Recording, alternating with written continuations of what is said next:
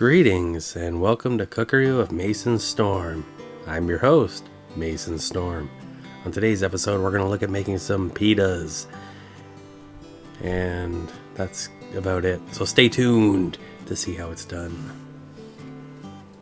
For our ingredients, I'm going to be using 1 teaspoon of salt, 1 teaspoon of sugar, 2 teaspoons of yeast, 2 tablespoons of oil, 1 cup of warm water, and 3 1/4 cups of flour.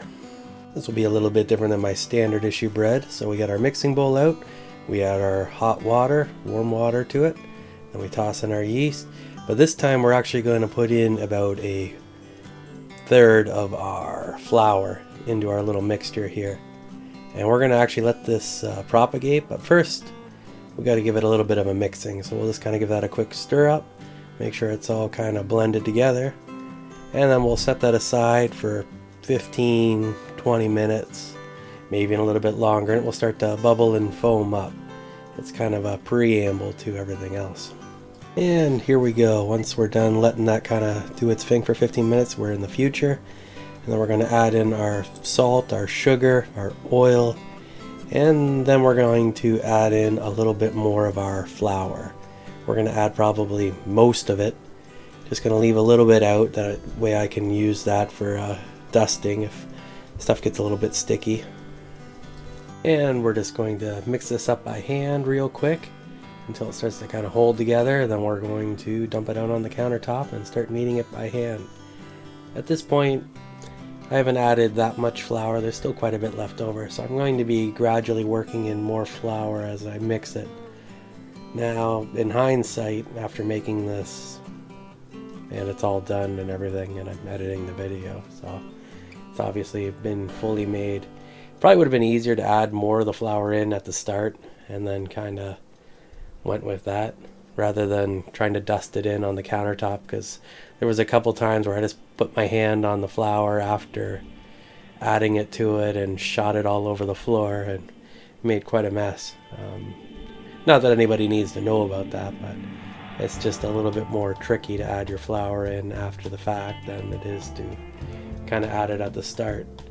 And I think it's a little bit easier too if it's, a little bit on the drier side. You kind of wet your hands with a little bit of water and then you can just kind of touch the dough, and I find that a little bit easier. I find it easier to add water to dough than to add more flour to the dough, if that makes any sense whatsoever. I don't know. I could just be crazy. Well, I could be crazy and this has nothing to do with my craziness, but that's probably more truth than we need. So we're just going to keep kneading this by hand until we get something a little bit more cohesive and coherent. So probably about 7-10 minutes of kneading. We're going to give it a real go. And once we're done with the kneading process, then we can move on to the rising process. And my standard tactic for rising dough is to put it in a bowl with a little bit of oil on the bottom so the dough doesn't stick to the bowl. And then cover with a towel and stick it in the oven with a light bulb on, which just gives it enough heat so that it's able to rise, because everywhere else in my house is kind of cold.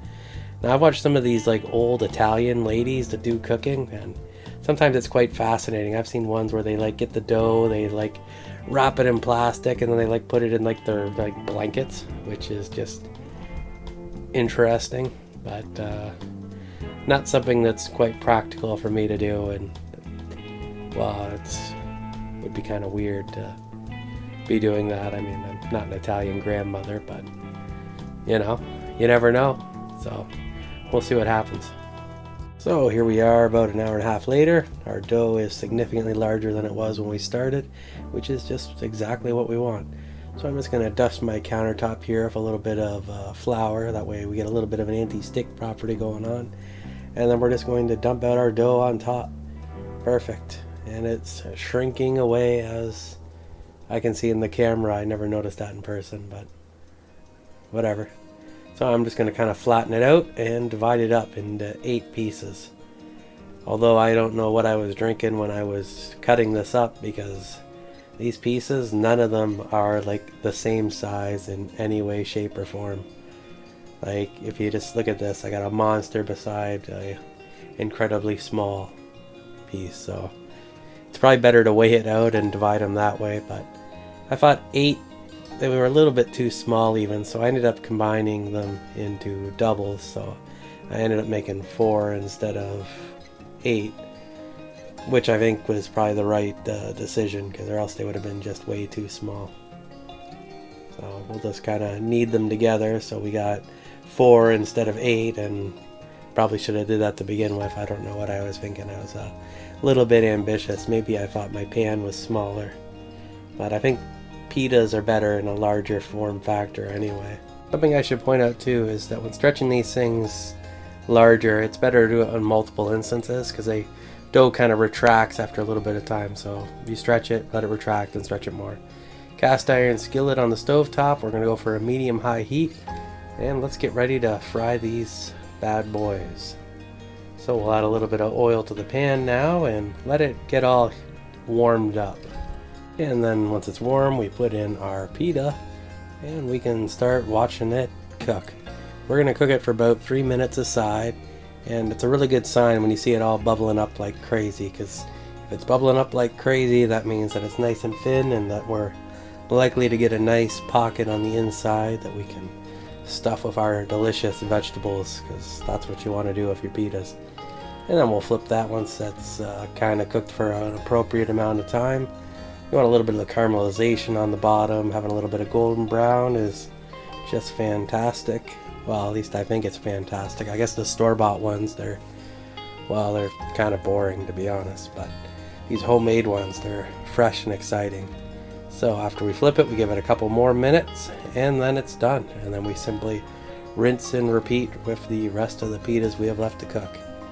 I should point out too that I did try making these in the air fryer, and the results were not very exciting. It didn't really puff up in the same way. Well, it was kind of disappointing. I'm not going to recommend that. So stovetop is kind of the direction you want to go.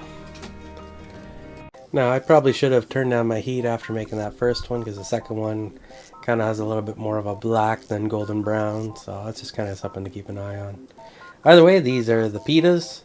Feel free to make this recipe and enjoy it, and if you do, let me know in the comments below what you thought about it, what you think should be improved on it. Really quite interested to find out. If you like my content, please like and subscribe, and until next time, stay awesome.